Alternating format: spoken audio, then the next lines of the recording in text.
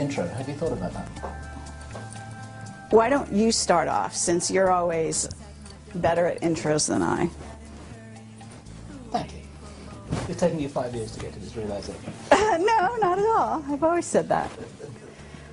Okay. And this It's is our taken first... you 5 years to listen well enough to be able to actually hear me when I talk. It's taken me 5 years to get to the point when I learn enough to be able to say that. Right? This is all on camera. See? I know, okay, I know. Here we go. Okay. So, this And is... since I'm the editor, we'll decide who's going to do what. So okay. you're the editor, huh?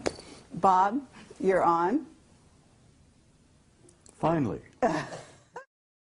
So today is Friday the 25th of February. And we are here at the Phoenix International UFO Congress, and it's our great pleasure once again to be meeting with our old friend Bob Dean. And I have this feeling that he may be an older friend than just 2 or 3 years. Who knows? And Yes. I'm delighted to have this opportunity to share a vintage-style Camelot interview in Bob's presence. And Bob, there's something very remarkable happening here, that the three of us are together in the spirit of It's a nice reunion. a reunited family. And I'm genuinely delighted to be here. So I'm Bill Ryan from Project Avalon. And I'm Carrie Cassidy from Project Camelot, and we are also both from Project Camelot. An interesting dichotomy. Things get pretty complicated, you know. No doubt about it. So, Bob, the reason we're here with you today is because you made some comments on the stage that I want to challenge you on, and I'd also like you to talk a little bit more about a few other topics, okay? And I think that all the time that we've interviewed you, you always keep a few cards hidden. And I would love for you to start to reveal some of those things. And I realize that, you know, you put yourself in danger and other people in danger when you do reveal too much. And so with that in mind, I assume you're going to be as careful as you ever are. I would love you to disclose as much as you can, because who knows how many more opportunities we're going to have to really get you on camera, and especially in this arrangement with the two of us here, just like old times. Well, you know, I have this feeling sometimes that Bob's going to outlive us both, actually. I know, he looks fabulous, so this, you know, it should be against the law to look so wonderful. At, what, 82? Are you 80? I'll be 82 next week. Lovely. All right. 2nd of March. Fabulous. Happy birthday, Bob. And as I said in my speech yesterday, every time I get out of bed, I'm in a state of shock that I'm still here. But I am still here because apparently I've not completed what I came to do. Apparently not. Well, you're needed. That's for sure. What do you feel you are here to do, Bob? Something which I said to you just the other day is that the information that you share isn't as important as the inspiration that you provide. And I wondered what you felt your job really was. It took me a long time to reach the conclusion of why I really was here. I don't think there's a person on the planet that doesn't at some point in their lives ask themselves, who the hell am I? Why am I here? What's the purpose of life? What's it all about? Alfie, as the saying goes. It took me a long time to come to terms with why I was here. I shared with you some time back about the fact that I'd had a number of past life hypnotic regressions. And that opened a can of worms for me. But it also indicated to some degree why I really had come this time. Because like everyone else, I've been here many times. And as both of you know, I'm sure that the human spirit is infinite, immortal. We incarnate here, we come and go to school. We learn a few lessons, contribute in a small way, in each in our every way. But not many people ever take the time to really sit down and look deeply into themselves. As Yogananda said, self-realization, knowing who and what is living inside this shell that we call a human body. And like most humans, I went through a big chunk of my life, as you said, 3 different careers. And only in the last 10 to 15 years have I really begun to deeply look into myself and come to terms with myself. And as the Hindus say, the self is the immortal being that lives temporarily in this shell. And I had some interesting conversations with myself. Hey, see here, self, who the hell are you? Who am I? Why am I here?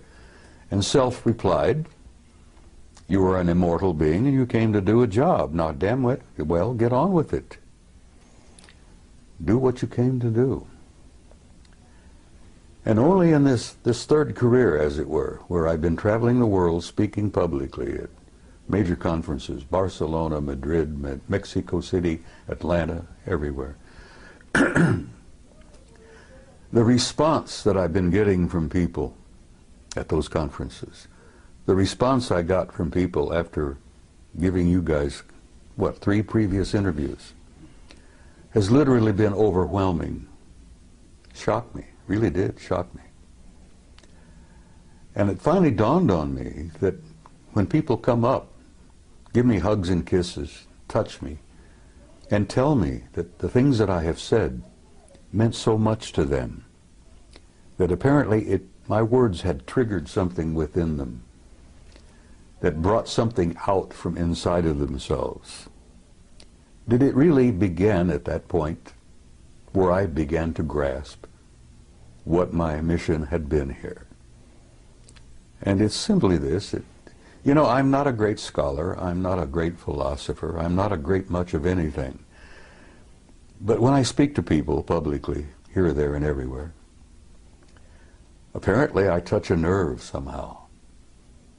And it's almost electric. It's kind of mysterious. And they come up and grab me and hold on to me and tell me what I had to say meant so much to them. And I say to them, I'm not telling you anything that you don't know.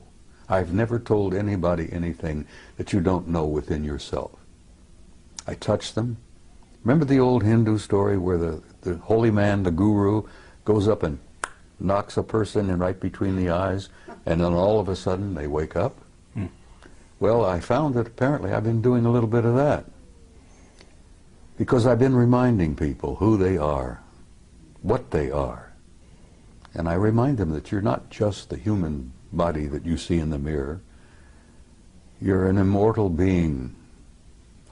You've lived forever. God knows how many eons of time we've been at this. And you're going to continue to live forever. That you are an infinite soul, a spark of divinity. And saying that to people apparently triggers something in them, where they really begin to look into themselves. And as I say, I've not told you anything that you didn't already know. And as my old friend from Galilee said, you know, the kingdom of God is within you. And that does cause a bit of a spark of recognition in people. Well, Bob, with that in mind, when you were on stage yesterday, you said that people out there, and you didn't mean the audience you were talking to, but you said they couldn't handle the truth. The masses. Yes. And I actually want to take issue with that, because well, we've taken issue with that before. Yes. You are convinced that everybody's ready. No, it's not so much that they're ready. It's that they can have a deal right with to it. know. Well, having the right to know. And judging for them is just what the Illuminati have always done. They have decided what we're allowed to know and what we're not allowed to know. And it's not up to them.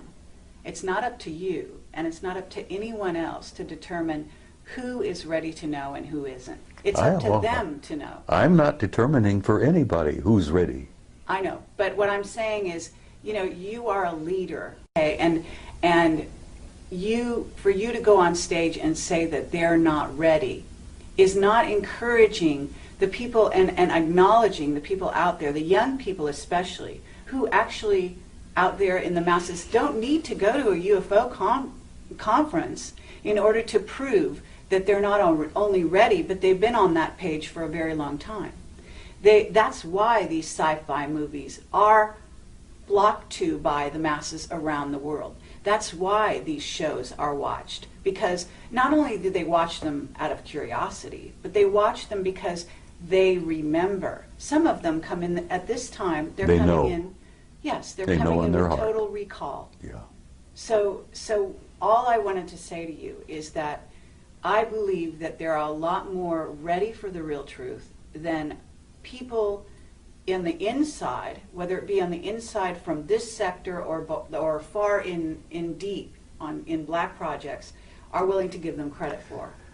Over the last 20 years, I've noticed a change in human nature. There has been definitely an expansion of consciousness in masses of people all over the planet. And I'm gratified by that. I'm encouraged by that. And I've never determined for anyone whether they were not ready or not. And when I made my comment yesterday, I told you that there are a lot of people here who are ready, but there are many who are not. And I used the analogy of Billy Dew, the native boy from New Guinea. When he was exposed to realities that he had never been prepared to be exposed to, it literally devastated him psychically to the point that the kid died.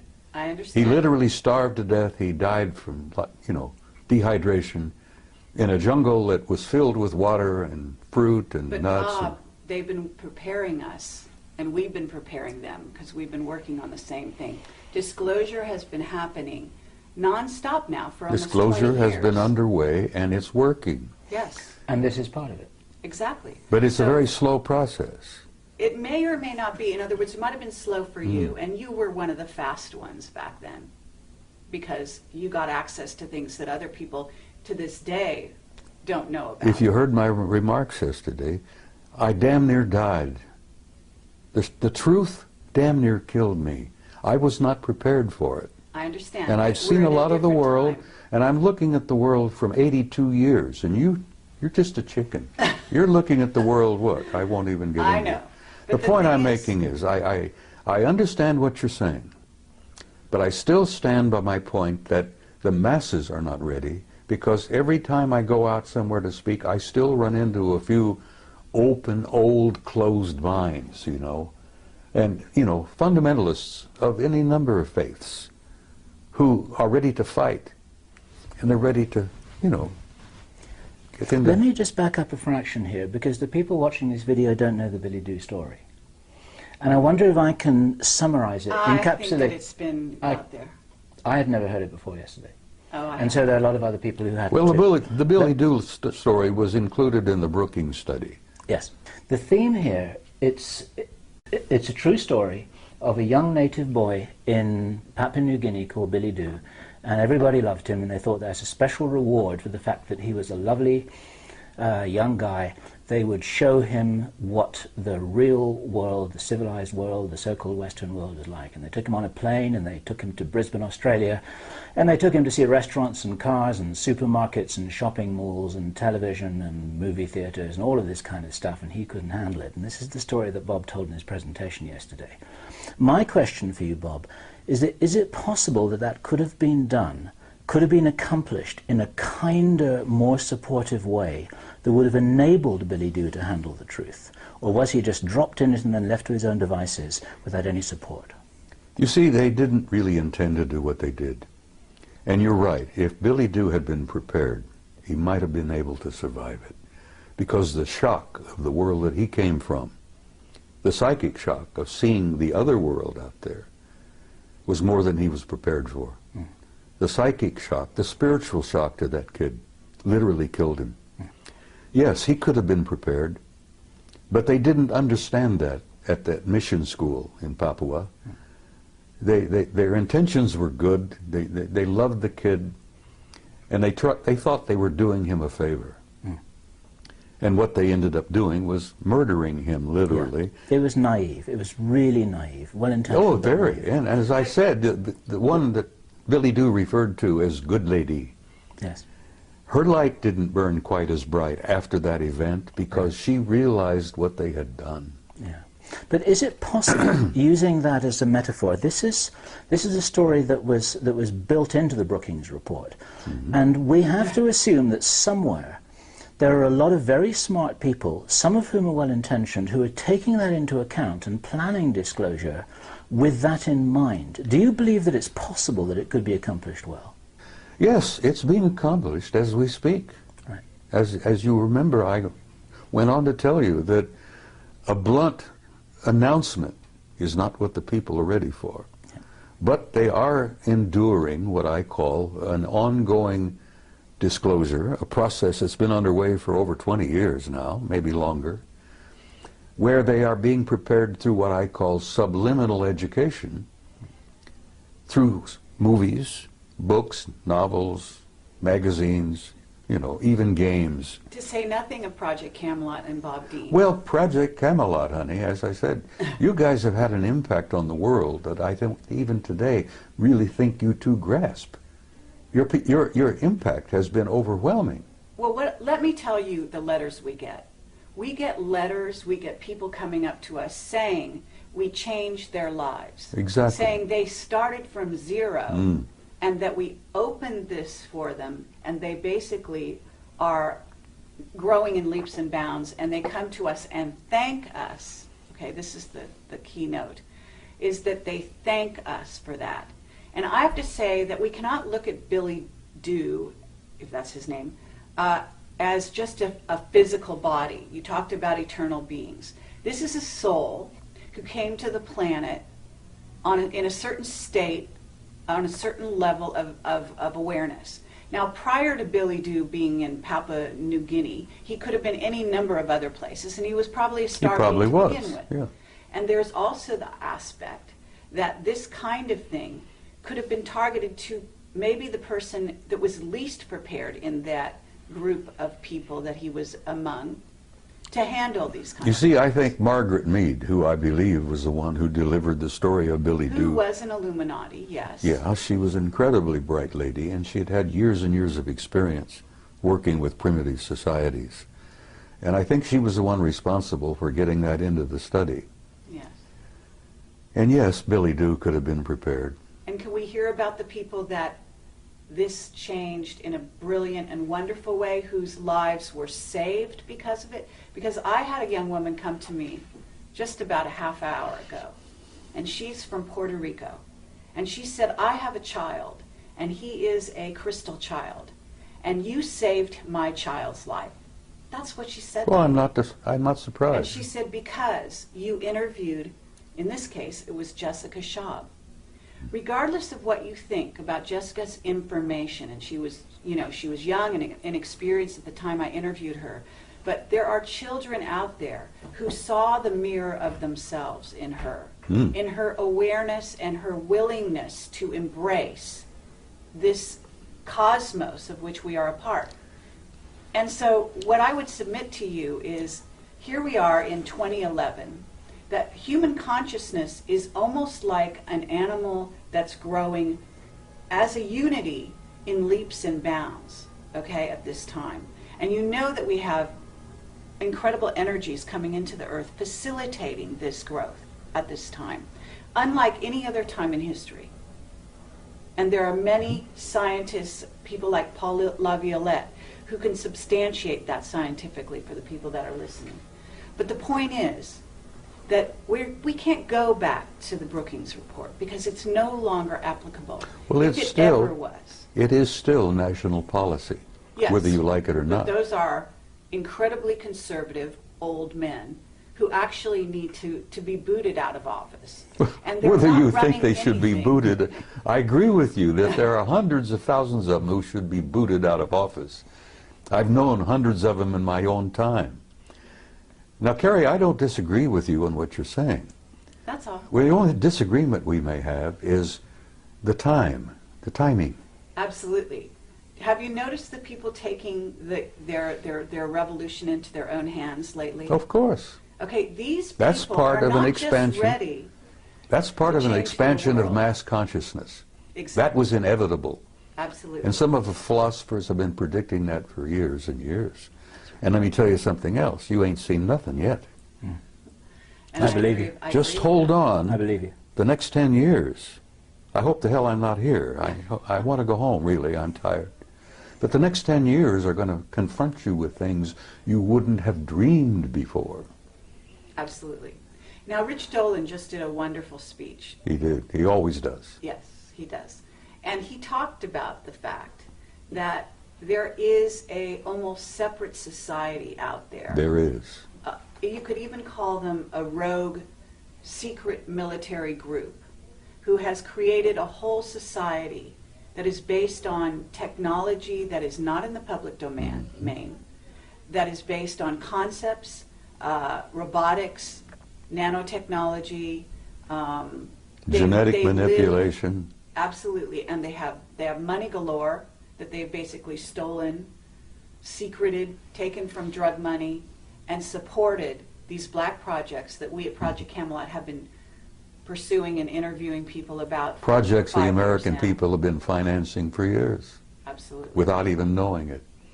So the point I'm trying to make here is that if you look at the Earth and you look at humanity, we have two groups. We have a rogue group that is living, maybe we even had a witness that said 10,000 years ahead of this group. So you've got the masses of humanity here, and you've got this rogue group that's flying interluminally. Is that superluminal? Superluminally, right? Right. Outside our solar system. Hyperluminal, whatever you wish to call it. Solar system, etc. They've got bases on Mars and the Moon. You're talking about craft outside the rings of Saturn, which in your presentation, which is fascinating, and I'd love you to address some of that.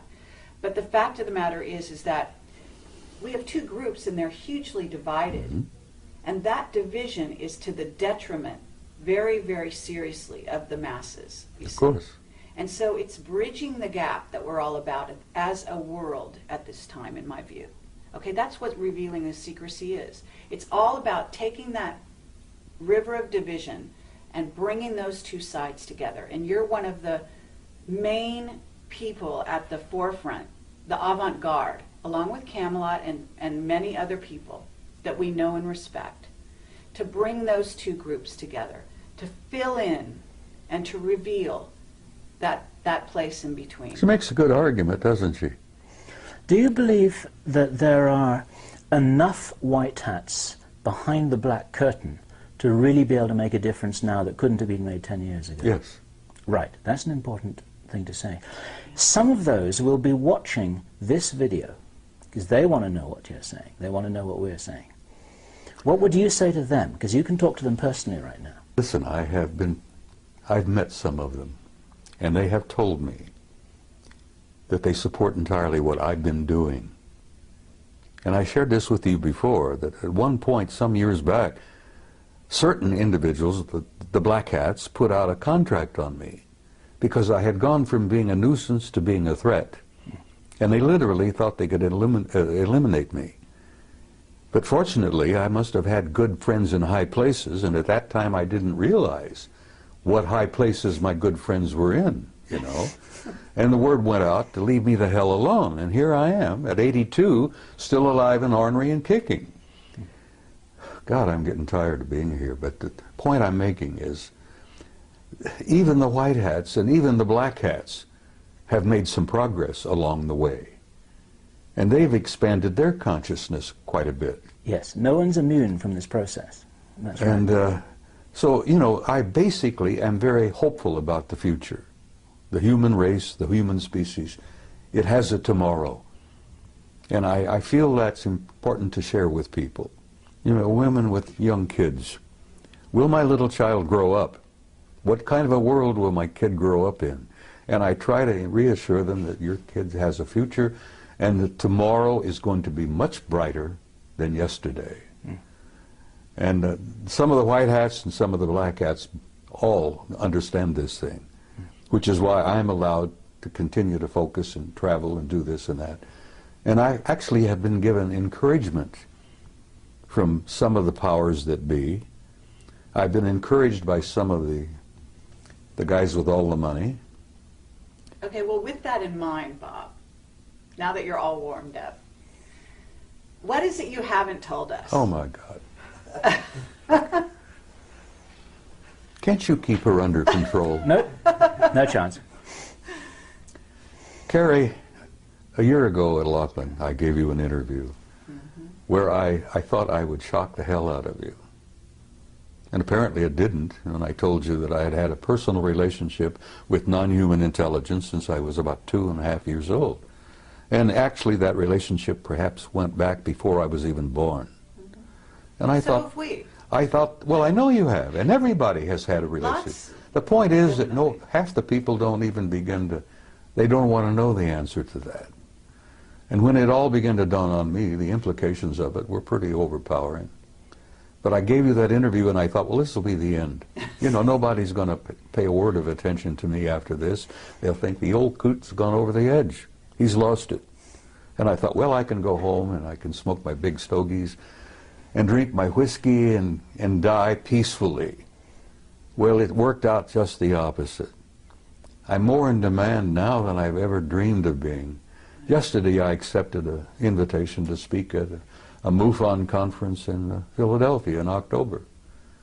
And I gave her I said, look, I'm going to tell you honestly, if I'm still on the planet in October, I'll be delighted to come. But I'm not making any plans really that far ahead, you know. I can't buy an insurance policy at my age, you see. But I'm hopeful, honey. I feel very hopeful about everything. I'm sure you're hopeful, but what is it you haven't told us? Because I believe, look, we've got time travel, there's issues with that. We've got travel through jump rooms to Mars and so on. I'm sure you've been exposed to some of that. You did share a little bit of that with me on my last interview with you. But I believe that that was the tip of the iceberg. And I don't know how far you've gone down the rabbit hole, but I imagine it's a lot farther than you've revealed. And I feel sympathetic with Alice because, yes, I've been down the rabbit hole. Okay. And you feel, you know, I know you're a very conscientious and loving individual, and I know that there's some things you want to reveal and some you don't because you want to protect people. And I don't think you have a whole lot to protect in terms of yourself at the moment because, as you said, you're protected. And we have also been threatened in the last year and a half, each of us in different ways, our lives, as a result of what we've done. But that just tells you that you're on the right track, and as far as I can tell. Well, from time to time, I felt like the guy on the street with the raincoat who pulls it back, exposes himself, you know, and then somebody comes along, they grab him and haul him away to the rubber room, as it were. I felt that way for quite a while. And yes, there are many things that I have not shared with you. How about this? Wendell Stevens passed on recently, and he was a very good friend of yours. I knew Wendell for 35 years. Okay. And you told me that Wendell said some last words to you. Would you well, share Wendell that? and I had shared a lot before he got really sick, became ill. I had encouraged him for a long time to admit publicly that he himself had had personal relationship with some of them. And he said, Bob, I can't do that. He said, every ounce of credibility that I've had over the years will go down the tube if I say that. And I understood what he tried to say. You know, he was getting older and he didn't need any bumps in his life before he departed. He was feeling bad and he felt, you know, he knew he was leaving. And he says, I don't need any of that heartbreak and that upset stomach. I've told what I've learned, I've told what I've seen, I've shared the photos, I've spoken at conferences. He literally created this world conference in 1991. The UFO Congress. And I had the privilege and honor of assisting him in putting that together in 1991. And as I've told you before, that's when I really came out of the closet and began to violate my national security oath. I wanted him to hold on and be here for the 20th anniversary. But he went home in September. And I loved him dearly, and I love him still because I know he's alive and well. There is no death. And when you come to terms with that, it's kind of a shock. You know, the people who buy tombstones and buy the little plots in the cemeteries and all that. And I say to them, you guys don't understand. You know, because once the spirit leaves, that's nothing but a husk. Burn it up, sprinkle the ashes, and go on. Imagine how much real estate could be saved if we did away with cemeteries. Anyhow, I'm shaking up some people, I'm sure. There are traditionalists out there who will hear this and think, he's out of his damn mind. But yes, there are things I haven't told you, and there are probably things that I cannot tell you. I think I told you in that interview. What would happen if you did, Bob? Didn't I share with you that they had taken me away for 6 weeks? And that they brought me back 5 minutes after they took me? Okay, I would love you to do that, but I would also like you to say the last words that Wendell told you, because he said some very specific words about what's going on here on the planet. So he told me that from what he'd learned, that we were in for some difficult times. But beyond that? Beyond that, he said, I'll see you tomorrow. Beyond that, though, well, I'm going to reveal it then. I mean, he basically said they're in control. The people, the beings. He knew control. that, and I've said that essentially. Well, you know, how did he phrase it? You know, well, I will go back to my interview with Bob Bigelow, and I'm banging on the table. And this was years ago when I still got frustrated and expressed my, vented my spleen, as it were. And I'm sitting with Bigelow. I bought him lunch, by the way. Now, I'm one of the few people who can say I took a billionaire to lunch. Anyhow, Bob, if you're watching this, you remember our interview, our talk. I'm banging the table because I was so frustrated and aggravated. And Bigelow said, calm down, Bob, calm down. He says, everybody has an agenda. And I said, yes, that's one of the things I'm angry about. Everybody's got their own damned agenda. And he says, Bob, there's only one agenda. Only one agenda. And I says, what is that? He says, it's their agenda. Always has been, is, and will always be until we grow up. Now, Bigelow shared that with me. Wendell shared that with me. He said he'd learned that, there's only one agenda. They're not only merely in control, they've been in control from the beginning. And they are controlling disclosure. Okay, and they are deciding whether the masses are ready or not. And who is they? Sweetheart, there is indeed a galactic federation. You may think that's a joke, you may think that's a little funny thing from the Star Trek series and all that. There is indeed a galactic federation. And the headquarters is not even in our galaxy. Now you put that in your pipe and smoke it. That there is a federation of advanced intelligence in beings throughout the universe, and the latest figure, 200 billion planets in our galaxy, 200 billion galaxies in the universe. It's probably much, much more. But there is a federation, there is a control, there is a purpose, there is an agenda, and the survival of this species on this tiny zoological garden is important to them. And they are in control of disclosure. They could end it tomorrow if they chose. They'll end it when they have determined that the masses on the planet are ready, and not one instant before will a disclosure literally, in the big way, take place. Now, as I pointed out to you also, it's been my experience, and I've had first-hand experience with this. I've never spoken at a conference in the last 10, 15 years where there wasn't at least one or two of them in the audience. And like Ingo Swann, I've developed the ability to spot them. And I've even had them come up to me. And I think I shared this with you on that interview, where they come up to me after a presentation, shook my hand, and told me how much they appreciated what I had to say. And I've learned that they attend these conferences not to listen to what the speakers have to say, but they're monitoring the response of the audience to what the speakers have to say.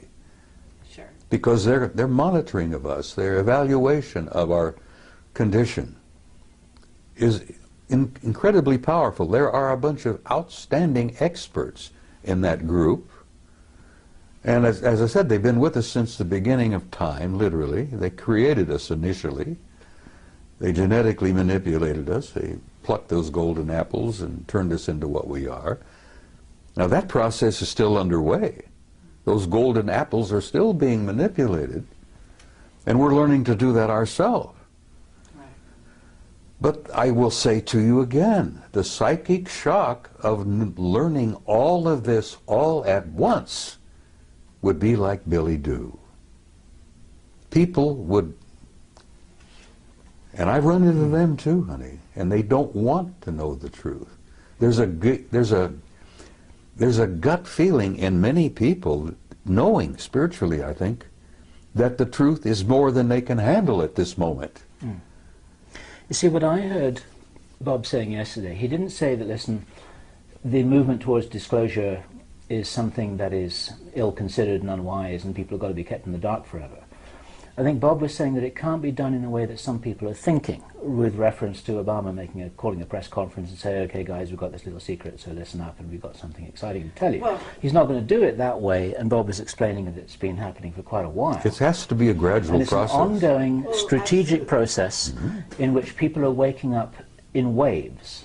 And the ripple effect is actually supporting the disclosure movement, and we're part of it, and other people are part of it, and Bob's part of it. Exactly. And I think all Bob was saying was that it's not happening in the way that some people naively think. Is that? That's exactly what I was trying to say. They're not going to be Billy Do. They are the ones with the agenda. But actually, I actually want to challenge that. Okay? Well, challenge away, kid. Because, no, it's an interesting concept, and it actually could be debated. In other words, what's the level of free will of this humanity? Because at certain stages in its development, this may be true. They are in control and have been in control. And Wendell knew that before he died. Right. And it depends who we're talking about, they. But I would submit that this humanity that is waking up is about to take those reins into their own hands. They're and that waking is up. exactly what some of those groups are very afraid of. Some of them? Yes. Well, perhaps. Because there are groups multidimensional beings. Carrie, there are people out there, intelligences out there that don't like us very much at all. Exactly. Like the two scientists who shared this with my retired commander from the Navy. He was a fusion specialist. What is it? The other element, the other level of reality? I forget. I'm having one of those senior moments. You will forgive me. Are you talking about free energy? Are you talking? Yeah, well, yeah. He was talking about. He'd worked alongside of a couple of those guys from along. Cold fusion. Hmm? Cold fusion. Well, it's a form of that, yeah. But before he retired, and he was leaving the laboratory just outside of Las Vegas, which he didn't want to be specific about, and I concluded he was talking about S4. Mm-hmm. He'd worked alongside of a couple of them for some time. And as he was leaving, he said, "Tell me what you really think of humankind." And the one chap said to him, "Well, since you asked." And these were the guys that worked side by side for a few years. "Since you ask, we consider humankind primitive, savage, and dangerous animals." And the scientist said, "I can't disagree with that, because I look upon the masses of humanity as primitive, savage, and dangerous animals myself." And that's when the other one injected a little bit of humor into the conversation and says, "You also smell bad. You stink." And the commander says, "You know, I took my shower this morning," and he's trying to, and they said, no, it's something about your human nature. It could be part of your diet, it could be the way you think. He says we call it kind of like an auric stench. We find it very discomforting. But nothing, no personal criticism here. And the commander says, "Well, I appreciate you being candid with me, thank you." And he went into retirement, and he speaks out very carefully. But okay, but so at this point, Bill asked you a question. They said, what would happen to you if you were to reveal some things that I'm not sure who you think is deciding it's okay, it's not okay. But what do you think would happen to you at this point? Because I've got some people telling me that now there's levels of controllers. And when you talk about Galactic Federation, you talk about the Guardian Alliance, or whatever you want to call them, those are a certain level. Then we have the ones that are actually here on the planet who are doing things like knocking people off because they do reveal truth. Okay? And Well, they may those be guys are not pushed by doing that those very people. much.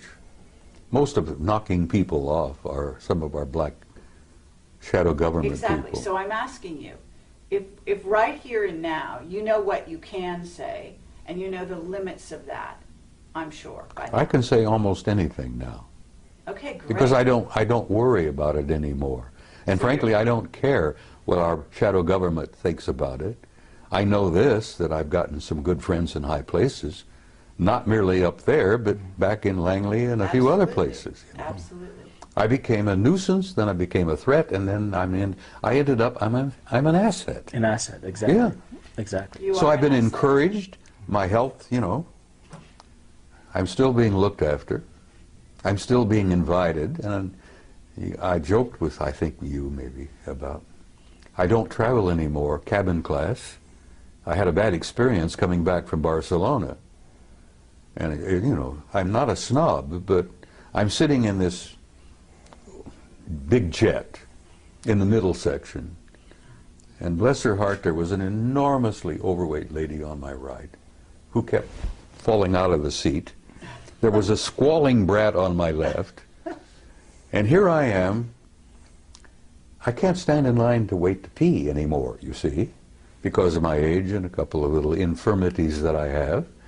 And I said, look, I'm not going to travel cabin class anymore. Guys, if you can't buy me a business class ticket, I'm not coming. Well, good God, I thought that would be the end of that. No more trips. I was shocked.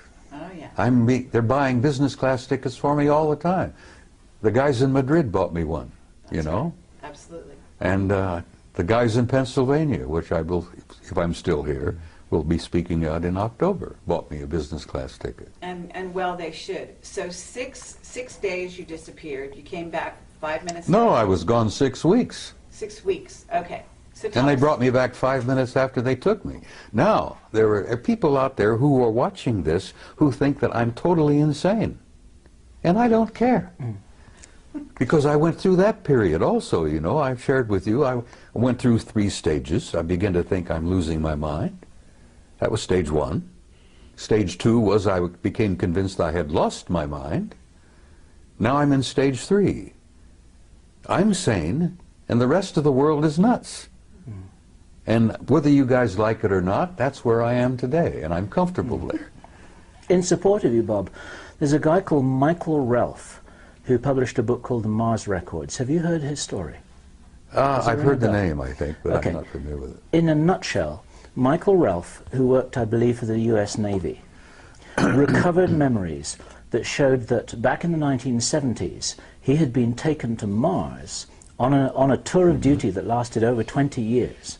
And when that tour of duty was completed, then he too was returned back to his original timeline the moment after he left it. Doesn't with his surprise me a with his bit. memory wiped. Now, you can't get mainstream establishment scientists to listen to that without saying poppycock, balderdash, can't be.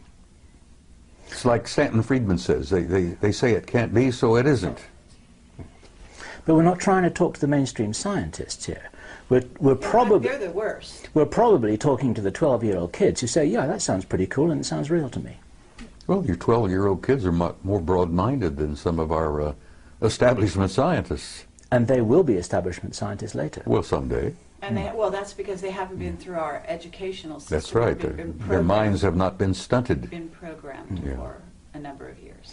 It's been very clear to us for quite a while that we're primarily talking to the future establishment. Of course you are. Not the present establishment. We're You're talking to people of tomorrow. We're talking to the kids. And the kids are our future. And if we can wake them up, point them in the right direction, and inoculate them against what they're being told by their teachers, then that helps the ball roll a I little agree. bit faster. Okay, so but tell us about your experience disappearing for 6 6 months? weeks? Weeks. 6 weeks. It shocked the hell out of me. Where'd you go? I don't know. I don't know whether I was on their home planet or whether they'd taken me through a doorway, a portal, into another dimension. Okay. I heard the name Milena mentioned as to where we were. Now, this interview where I say that I was with them for 6 weeks. They brought me back 5 minutes after they took me. But I remembered 6 weeks. Are we on camera?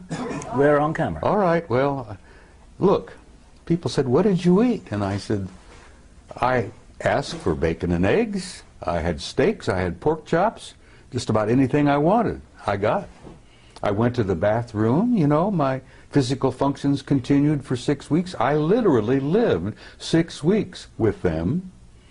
And you asked me where, and I can't tell you where. The name Melina came up.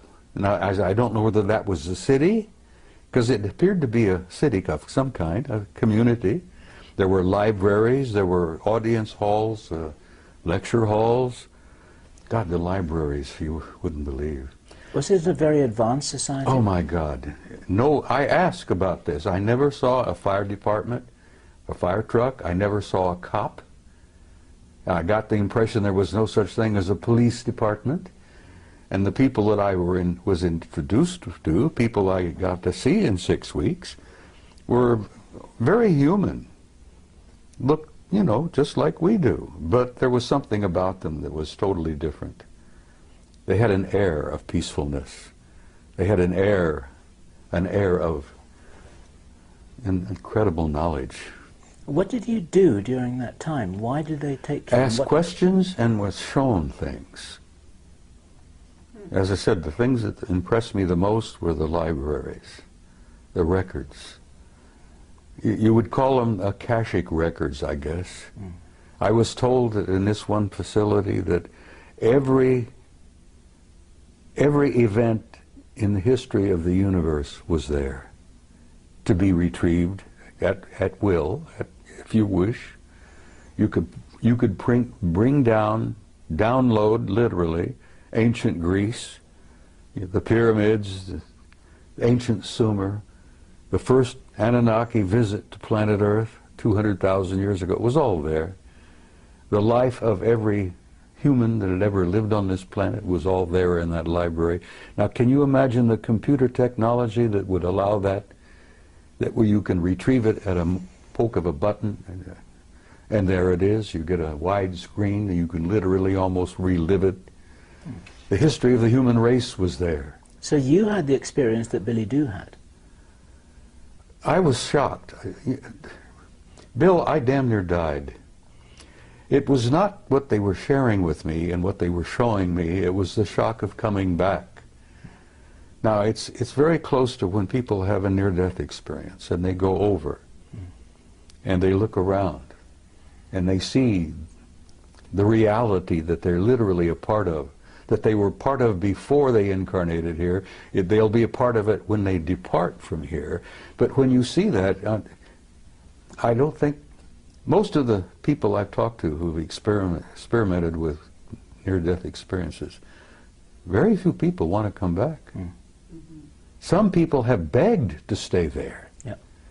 Now, the shock is coming back and comparing what I had seen with what I've got here. Yep. Now, I've got a body that's beginning to fall apart on me. It's not a lot of fun. It's painful. I look around and I see the heartbreak, you know. Not only do I see the war, I have the grandson who's dying from wounds he received in Iraq. I'm growing older. I'm losing all my old friends. They're going home. Wendell was happy to leave. I won't say that tomorrow night in the ceremony involving him, but he was ready. He told me a year ago, Bob, I'm tired. I want to go home. And he knew where home was. But the shock, the psychic shock that I have experienced, and I told you on that, I spoke yesterday, why I use the story of Billy Doo, because literally it happened to me. The psychic shock of seeing what I saw and being exposed to what I had been exposed to and coming back here. It damn near devastated me. You're saying recently it devastated you, or are you talking about your original exposure? The whole thing, honey, has devastated me. I've been through 3 wars. It's also enlightened you. You know, it's Oh yeah, also made I you think a that was the little purpose of wiser. taking me. Yes. Yeah, they shook me up, physically and spiritually. There's a book called Don't Fear to Kill a Dead Man. That's the title. So what? Never fear to kill a dead man. Huh. You know, humans, before you're awakened, for all intents and purposes, You're asleep. you're asleep. Hmm. Well, It's I've a been form of asleep. death. I've been asleep. So You know, it's a I've had shock to I've had wake 3 up. marriages. I fought in 3 wars. I've had 3 careers, and I jokingly say, make that 4 wars after looking at my 2nd marriage. Anyhow, the What shock year of coming back and What year was this, Bob? What year did it happen? oh God, it was somewhere around. I came out of the. I started speaking publicly in '91. It must have been in the early 2000s, 2002 or 3, somewhere in there. You mean that's the year when you had this experience you're talking about, where you I was gone for 6 were weeks. gone for 6 Then I find out I was only gone from here for 5 minutes. Now you try to put that in your pipe and smoke it.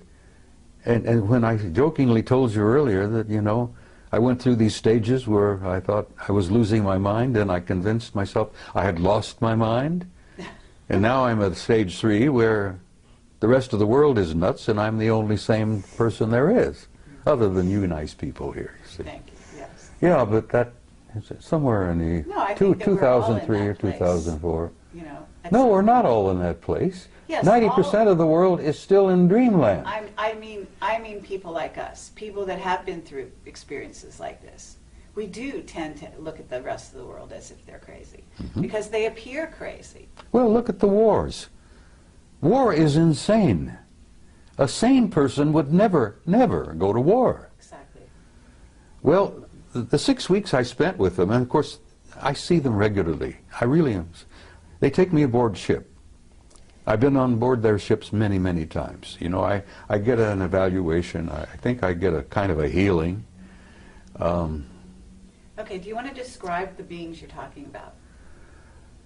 Well, aside from the medical guys that look me over and work on me on the ships, which are extremely tall and very thin, they're well over 6 feet. 6'5", maybe 7 feet. Very thin, very trim. They're not emaciated. I mean, they look very healthy. But aside from that, you know, they look human. I've never gotten used to the way they look at you. That really is disturbing. And if you ever encounter one, and you may have, very likely you have, the way they look at you is disconcerting, because they have a way of looking at you deeply into your eyes, and they lock onto your eyes, and they don't break away. Now, we humans don't do this, because we humans have a tradition where we look into each other's eyes, and after a moment or two, it becomes somewhat threatening. Yeah. You see? So we human tradition is, don't look into someone's eyes because you're a threat. Well, they look into your eyes and they look Or through because you. you're in love with them. They look literally like they're reading you. And I found out that that's exactly what they're doing. Sure. And every time I've face to face with one and they look into my eyes, I find it kind of an awkward situation. And they don't look away. And you know that they're looking right through you and reading every damn thought you've got. Now that's disconcerting. But I assume that when they do that, it's in a non-judgmental way. Oh, they don't judge you. They don't have to judge you. Good God. If there's any judgment involved, we judge ourselves. Yeah. That's the other part of it that is so shocking. When you learn to see yourself, not only as others see you, but as they understand and see you, that's one of the things that happens in the death experience. The judgment is there, but God is not judging you. You judge yourself. Absolutely. And that's the worst part about it, because every damn experience in your entire life is there in front of you, like a book, Yeah. or like a movie, like a CinemaScope movie. And you look at yourself, and then you're the worst judge of all when you look at yourself and say, oh my God, Because in the death experience, and I've been through that hundreds of times, you feel the emotions of every person you've ever been involved with in all of your lives. Every hurt that you've ever given someone else, every insult that you've ever given anyone else. You judge it, you see it, you feel it, you literally feel it, you relive it. Well, visiting with them is almost like a near-death experience. But the psychic shock is coming back and comparing what I saw with them and what I have to see here every day. Little kids on the street that are hungry, people waging war, the people being gunned down in Tripoli by Gaddafi. And I've learned over the years to look around and pay attention. I don't miss very much. I've trained myself. And when you see that and you feel it, and it breaks your heart to see that and to feel that. And then you understand, I think, why I want to go home and where I'm tired. I really am. But I'm going to hang around a little longer because I have been told to. And you're a guiding light to many people. I had one of the best compliments I've ever received yesterday. A young man came up to me and he says, "You know, you're a bridge builder." And I says, that was the origin of the old word pontiff. You know, with the Pope? Yes. The pontiff, a bridge builder. Sure.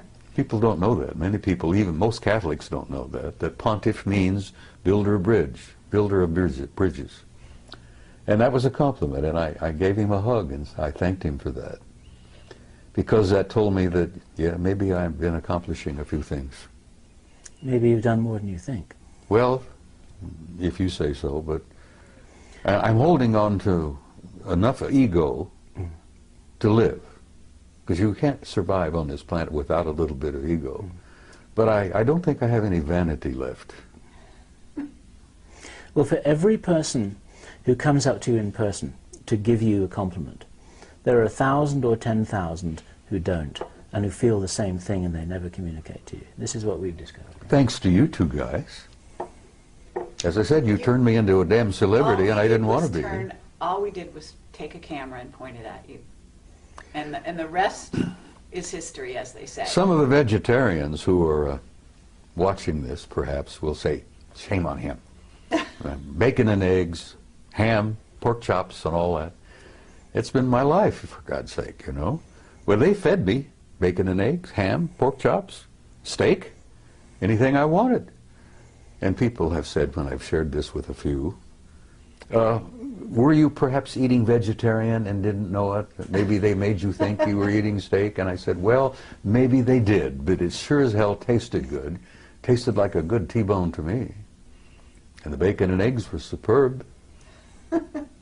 Well, what did they eat? Well, I'll be frank with you, I don't know. I never watched them eat. They never ate in front of me.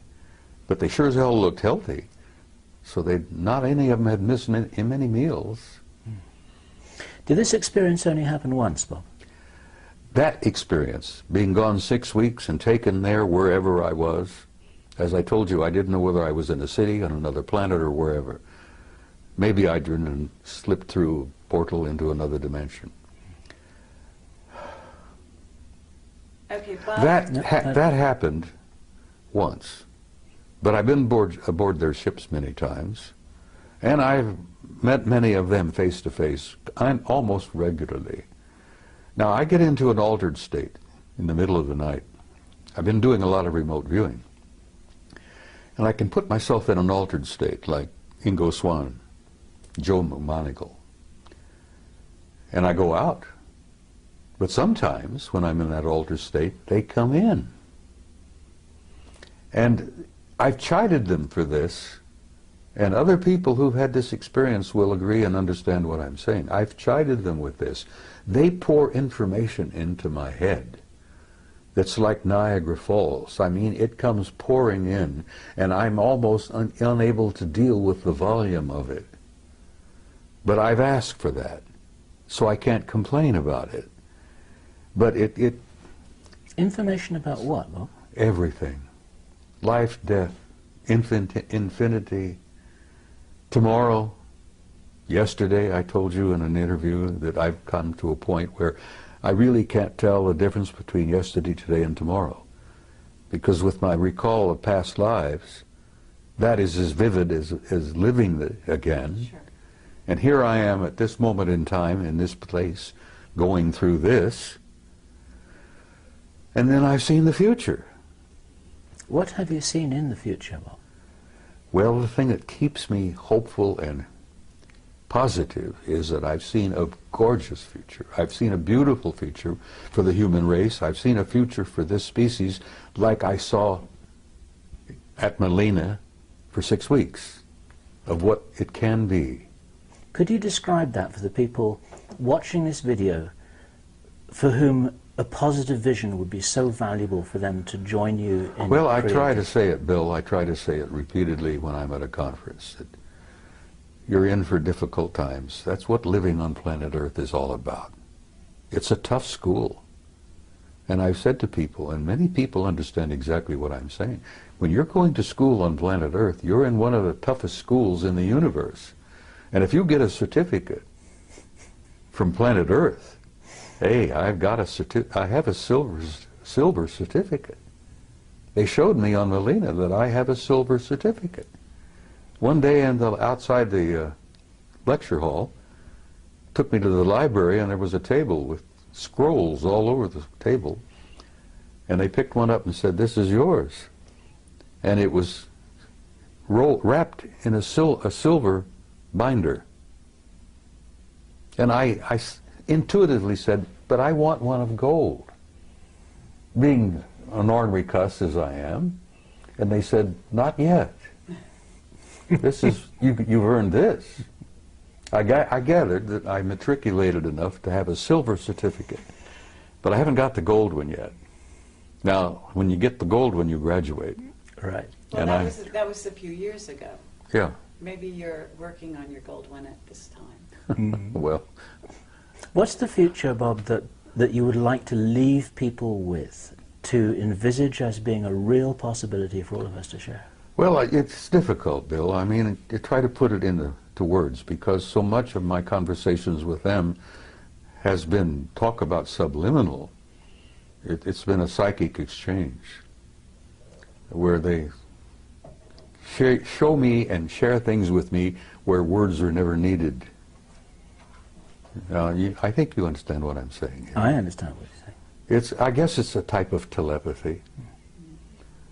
Because I had seen many times in my visit there that they didn't seem to talk to each other verbally very much, but they all seemed to know what each and everyone was doing. They were communicating with each other subliminally. Or I would leave in closing, just briefly. There is no death. People should not fear death. Now, there are a lot of not very nice ways to die, but there is no end. There's no death. Everyone is a spark of pure divinity, and there is a God. And that is something that I need to stress again and again and again, because I've been asked, am I an atheist? Do I believe in God? And I say, no, I don't believe in God. I know, because I've experienced that. So I would tell people who are troubled, worried,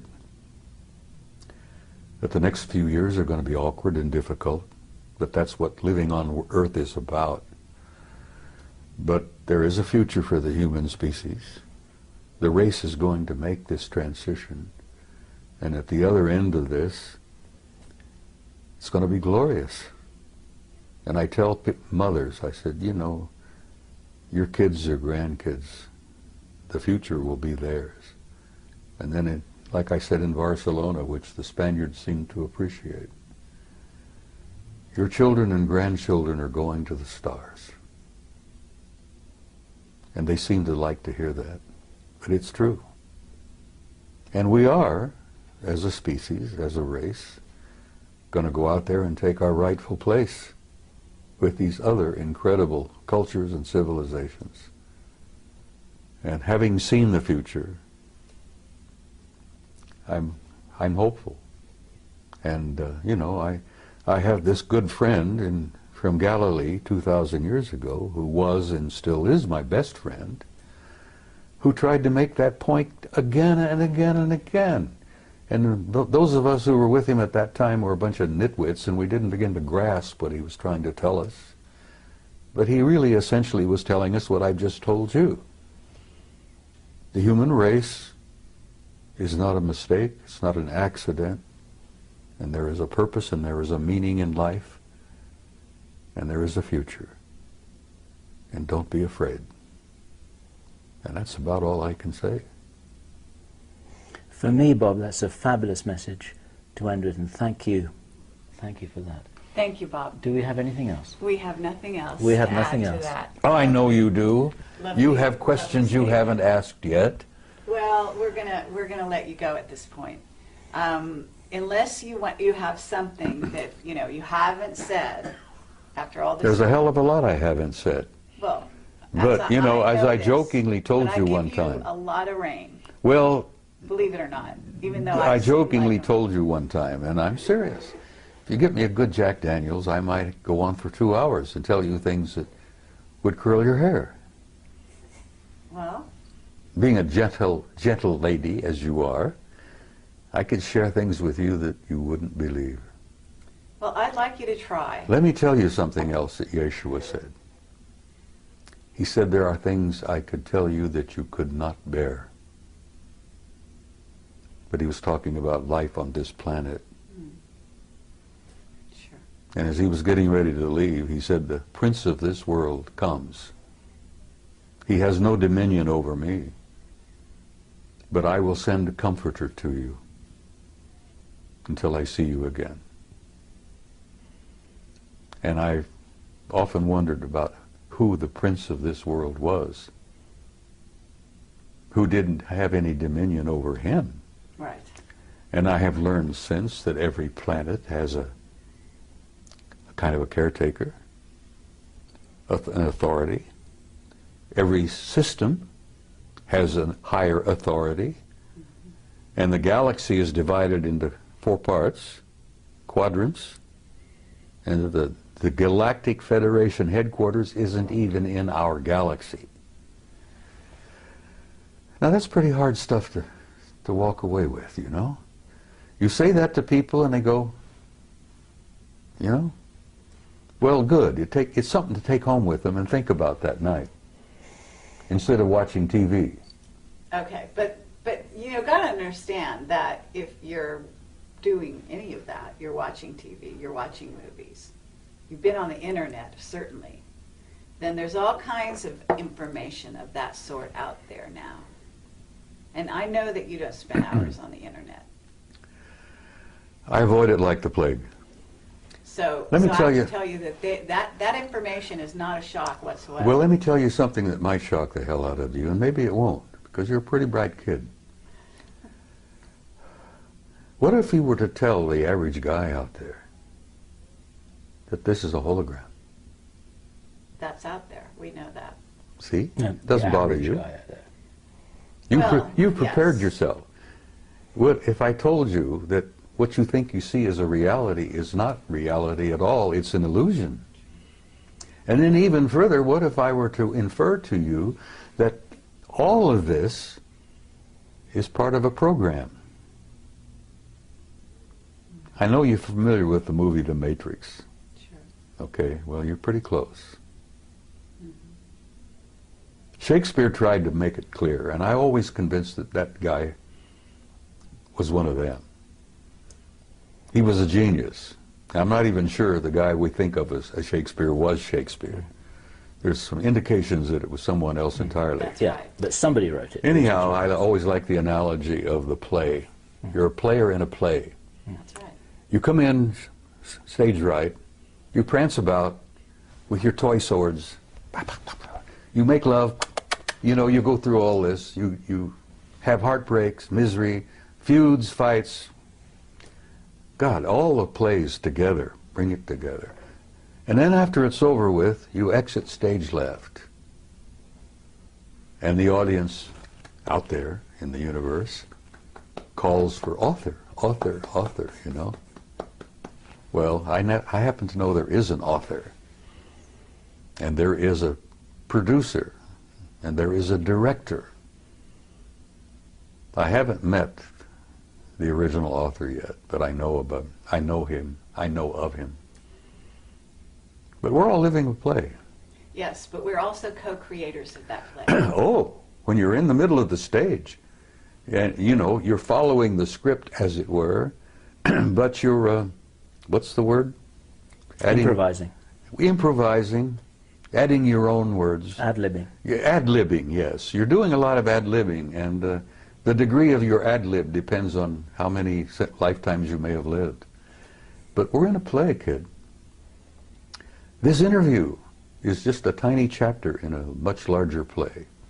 Is there any other little pieces of information that, you know, because that's where the wider you open the door for people, the more they are able to go through the door and carry on from here. It's like passing a baton.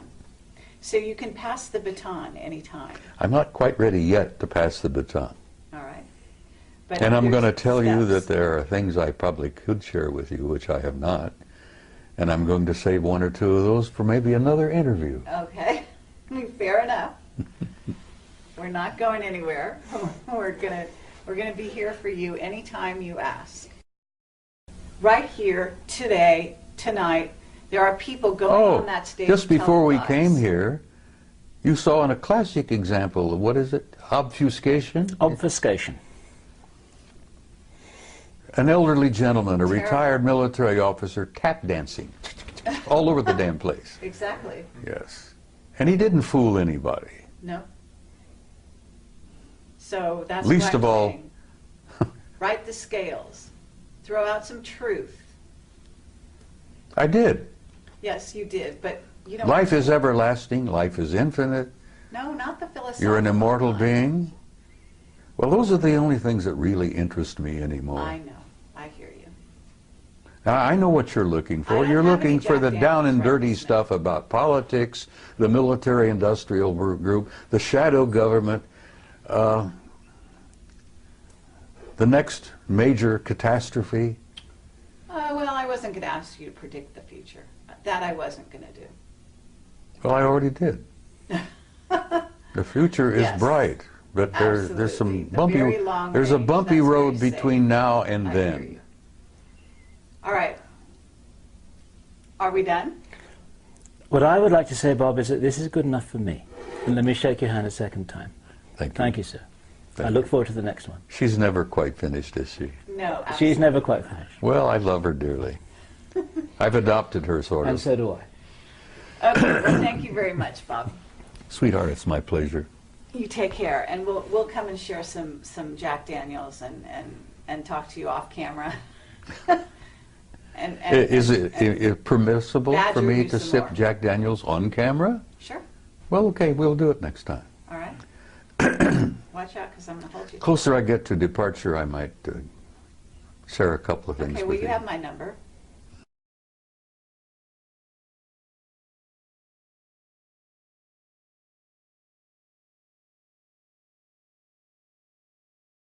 We're rolling. Okay. Well, Is that- I'm just not going to let this- you get away with murder. That's okay. Oh, Bob.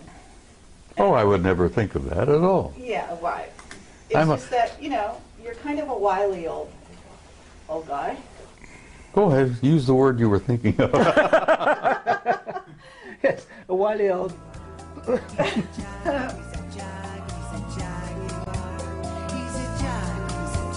Look, I've been called so many names. People have to get in line to insult me anymore because it doesn't bother me.